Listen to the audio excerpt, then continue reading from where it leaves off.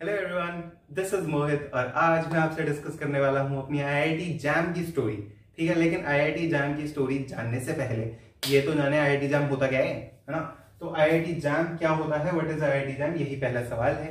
तो जैसे कि हमारा आईआईटी जेई का एग्जाम होता है ना, जो कि आप लोग दे रहे होंगे इस साल, आई होप, या फिर दे चुके होंगे या फिर अगले साल देने वाले होंगे, जब भी दे रहे होंगे।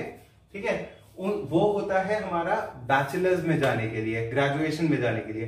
तो ग्रेजुएशन के बाद होती है पोस्ट ग्रेजुएशन, उसके लिए ये एग्जाम है आईआईटी जैम। और स्पेसिफिकली किसके लिए, जो फिजिक्स में अपना मास्टर्स करना चाहता है उसके लिए। ठीक है, तो फिजिक्स में मास्टर्स करने वाले मेनली दो लोग होते हैं। पहले तो होते हैं जिन्होंने बैचलर्स ही फिजिक्स में की होती है, दूसरे जो ना बाद में जागते हैं, जो मतलब बीटेक तो कर लेते हैं, उसके बाद में जागते हैं कि यार अब फिजिक्स पढ़नी है, तो फिर वो अपनी स्ट्रीम चेंज करके मास्टर्स में जाते हैं। जैसे कि मैंने भी अपनी बीटेक करी है इलेक्ट्रॉनिक्स एंड कम्युनिकेशन में फ्रॉम जामिया मिलिया इस्लामिया न्यू दिल्ली, और अब मैं आईआईटी जैम देकर अपना इन आईआईटीज वगैरह में किसी में जाने वाला हूँ। ठीक है, तो देखते हैं क्या होता है आईआईटी जैम।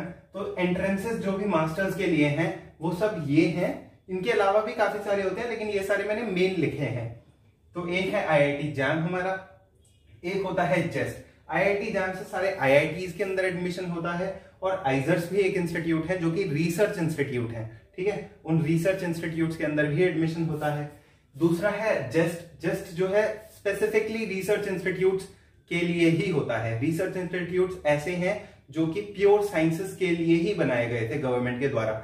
जो आईआईटीज हैं वो तो टेक्नोलॉजी के लिए बनवाए गए थे, बट बाद में उसमें प्योर साइंसेस के कोर्सेज आए थे, बट रिसर्च इंस्टीट्यूट शुरुआत से ही प्योर साइंसेस के लिए ही थे। ठीक है, तो जेस्ट एग्जाम है।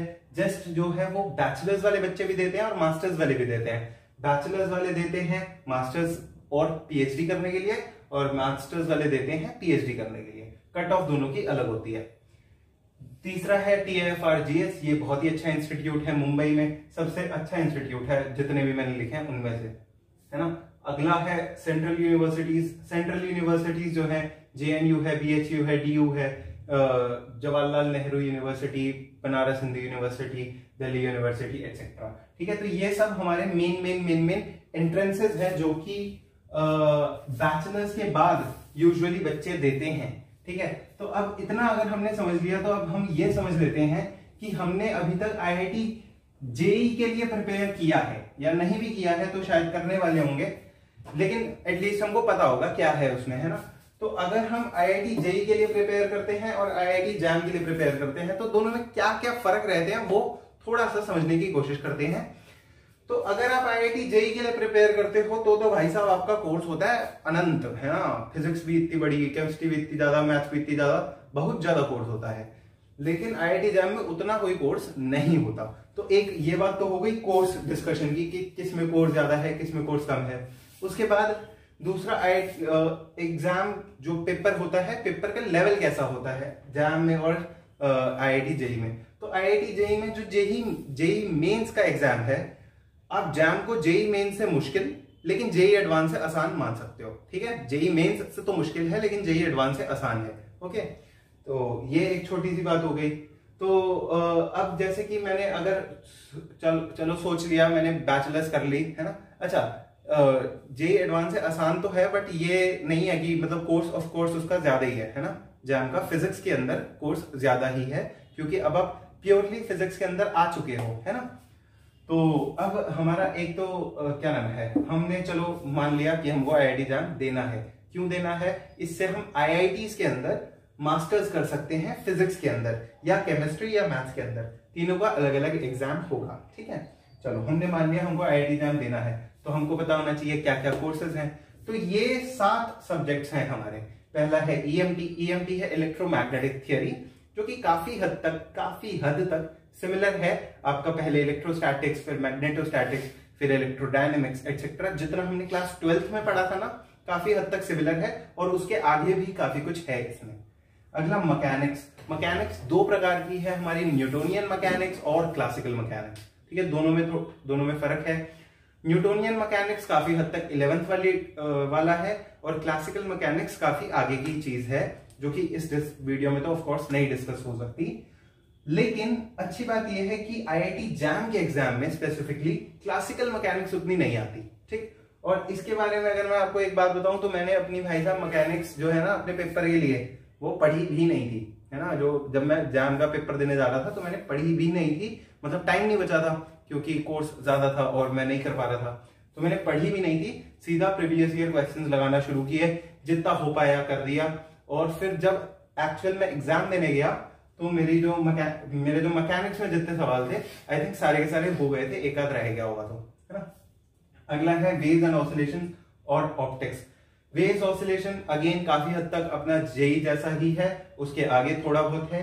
ऑप्टिक्स थोड़ा बहुत अपना जो जेई में था वो है, उसके बाद आगे भी काफी कुछ है। मॉडर्न फिजिक्स कंप्लीटली न्यू मान सकते हो क्योंकि इसमें आएगी क्वांटम फिजिक्स, बहुत ही नई चीज है, बहुत ही अच्छी चीज है। स्पेशल थियरी ऑफ रिलेटिविटी, जिसको बड़ा ज्यादा फैंटेसाइज करते होगे आप, है ना, वीडियो वगैरह देखी होंगी आपने उसके बारे में, है ना, तो थोड़ा फैंटेसी टाइप है, तो ये भी काफी अच्छी चीज है। Thermodynamics and statistical mechanics. Thermodynamics जो हमने पढ़ा हुआ है कुछ कुछ वैसा ही है और भी काफी कुछ आगे है। Statistical mechanics completely new topic है। अगेन स्टैटिस्टिकल मैकेनिक्स एग्जाम में उतना ज्यादा नहीं पूछा जाता, ठीक। Electronics and SSP. इलेक्ट्रॉनिक्स तो बिल्कुल ही नया है और एसएसपी ये है सॉलिड स्टेट फिजिक्स। तो जो आपने केमिस्ट्री में जो पहला चैप्टर पढ़ा होगा सॉलिड स्टेट्स का, वो कुछ कुछ यूज होगा, उसके आगे भी काफी कुछ है इसके अंदर।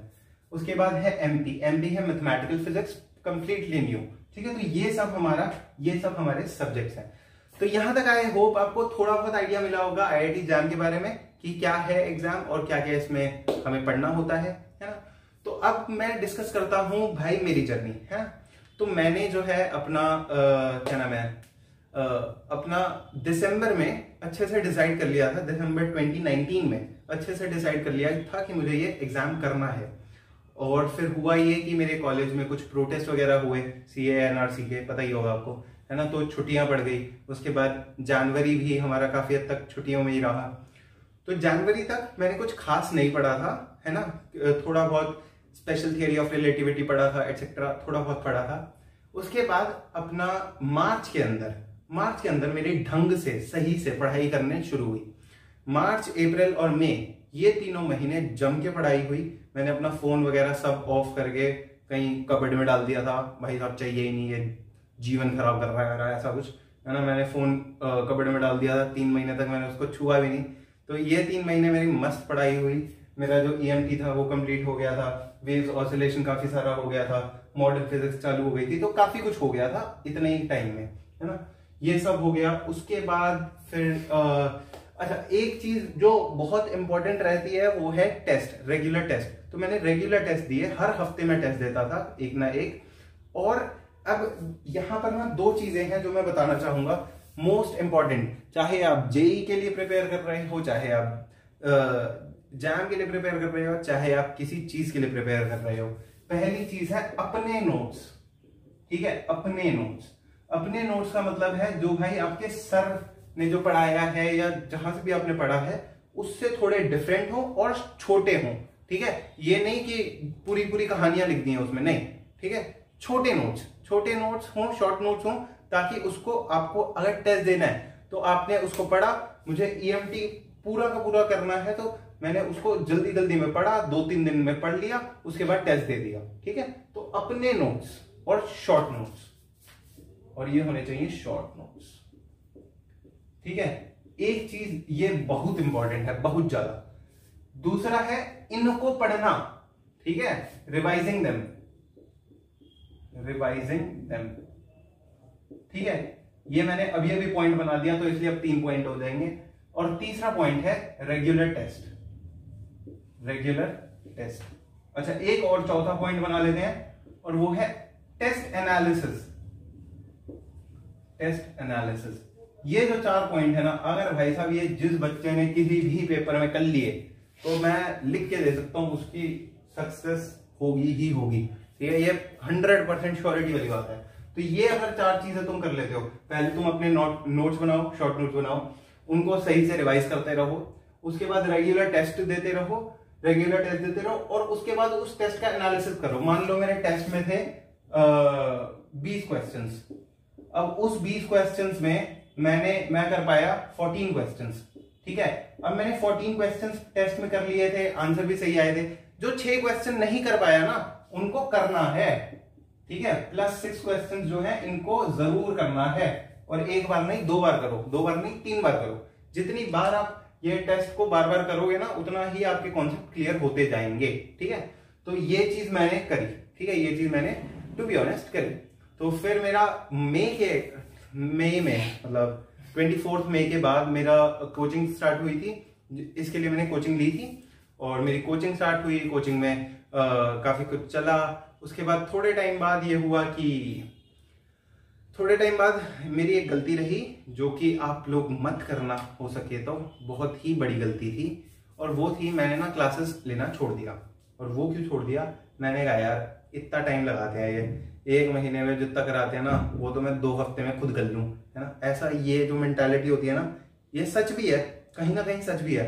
लेकिन अगर आप कोचिंग लेते रहते हो, या आप अपना जो भी जहां पर भी पढ़ रहे हो वहां पढ़ते रहते हो, तो अच्छा ये रहता है कि आपका ना कंटिन्यूएशन रहती है, ठीक है। वो उसके जो कॉन्सेप्ट्स थे, आपको तो लगता है मुझे समझ में आ गया, लेकिन असल में आपको कहीं चीजें लूप होल्स रह गए होते हैं। वो लूप होल्स भरते रहते हैं अगर आप रेगुलर क्लासेस लेते रहते हो या फिर बुक से पढ़ते रहते हो, एज यू विश, है ना। तो उसके बाद मैंने अपना यहाँ किया, क्या नाम है तुम्हारा, हाँ, क्लासेस वगैरह थोड़ी छोड़ी थी, लेकिन टेस्ट मैं तब भी देता रहा था। हर हफ्ते टेस्ट होता था, मैंने हर हफ्ते टेस्ट दिया है ना, और उसका एनालिसिस भी किया है। उसके बाद फाइनली अक्टूबर वाला महीना आया, और अक्टूबर वाले महीने में थोड़ा सा मेरा ध्यान भटक गया, कहें कि हमारे स्कूल में ना थोड़ी रामलीला चल रही थी, तो मैंने रामलीला में जाना प्रेफर किया, और वहां पे मेरा काफी सारा टाइम वेस्ट हुआ। ऑल्दो फाइनली मैं रामलीला कर भी नहीं पाया, बिकॉज मेरा रामलीला करते हुए मेरा पैर टूट गया था। फिर 1-1.5 महीने तक मैं बेड रेस्ट पे था, बड़ा सारा पंगा हुआ, वो सब छोड़ते हैं। फाइनली आते हैं अपने एग्जाम पे, है ना। तो जब मेरा एग्जाम आया तो भाई साहब ये चीज तो मैंने करी नहीं थी, ये चीज तो मैंने 0 बटा सन्नाटा करी थी, है ना। उसके बाद ये मैंने मस्त किया था, अच्छे से किया था। ये इसमें ऑप्टिक्स मेरा कुछ थोड़ा ढुलमुल टाइप था, है ना। और ये इलेक्ट्रॉनिक्स मेरी कुछ खास नहीं थी, ऑल्दो मैंने अपनी जो बीटेक करी है वो इलेक्ट्रॉनिक्स में करी है, लेकिन फिर भी, है ना। तो ये सीन था। और ये जो मैकेनिक्स है, इसके लिए मैं 100% थैंक करना चाहूंगा अपने भैया जी का, है ना, अंशुल भैया का। कहेगी अंशुल गर्ग जी का, है ना। कहेगी जो इन्होंने मुझे पढ़ाया था, है ना, उस ही के कारण ये ईएमटी में खुद पढ़ पाया। जो मैंने 3 महीने बताए, 3 महीने में ईएमटी मैंने खुद किया था, तो ईएमटी में खुद कर पाया। ये मैकेनिक्स ऑल्दो मैंने पढ़ी भी नहीं थी, फिर भी मैं पेपर में सवाल कर पाया। और ये ऑप्टिक्स के तो कुछ ज्यादा कुछ सवाल आए नहीं थे, और इलेक्ट्रॉनिक्स भी कुछ ज्यादा पता नहीं कितने आए थे, याद नहीं, है ना। तो ये 2 जो सब्जेक्ट्स थे ना, इनके लिए मैं 100% थैंक करना चाहूंगा अंशुल भैया का, कि उन्होंने जैसे पढ़ाया था, क्योंकि उन्होंने इतने अच्छे से कॉन्सेप्ट बनाए हुए थे मेरे, कि मेरा हो गया, आराम से हो गया। तो 2017 में मैंने अपना जेई का एग्जाम दिया था, जिसमें मेरा कुछ बहुत अच्छा रिजल्ट नहीं रहा था, कुछ 38,000 रैंक आई थी। बट फाइनली ये IIT जैम का एग्जाम हुआ। 14 फरवरी 2021 को मेरा एग्जाम हुआ, और मेरी ऑल इंडिया रैंक आई 250, ठीक है, जो कि प्रिटी गुड रैंक है ना। तो आई होप अब इस रैंक में मुझे कोई ना कोई IIT तो मिल ही जाएगा, कोई ना कोई नहीं, मतलब अच्छा IIT ही मिलेगा, आई मीन टू से, मतलब टॉप 6 में से ही मिलेगा, ठीक। तो अगर आप IIT जैम का एग्जाम देते हो और आपकी रैंक आ जाती है अंडर 500, है ना, अंडर 500 अगर आपकी रैंक आ जाती है तो आपको IIT मिल जाता है। लेकिन अब अंडर 500 रैंक पे आपको अच्छा IIT, मतलब जो टॉप 6 IITs हैं, वो नहीं मिल पाते। तो टॉप 6 IITs में जाने के लिए आपको यही 250, 300 ऐसी रैंक चाहिए होती है ना। 300 तक मान लो, 300 तक रैंक चाहिए होती है। तो मेरी अब 250 रैंक आ गई है। तो अभी जब भी काउंसलिंग होगी तो आई होप मेरा सही जगह एडमिशन होगा, मैं मास्टर्स कर पाऊंगा, उसके बाद रिसर्चर बन पाऊंगा या प्रोफेसर बन पाऊंगा, जो भी होगा देखते हैं। तो बस इतना ही है कहानी है। आई होप ये 4 पॉइंट आपको याद रहेंगे, और बाय बाय, मिलते हैं।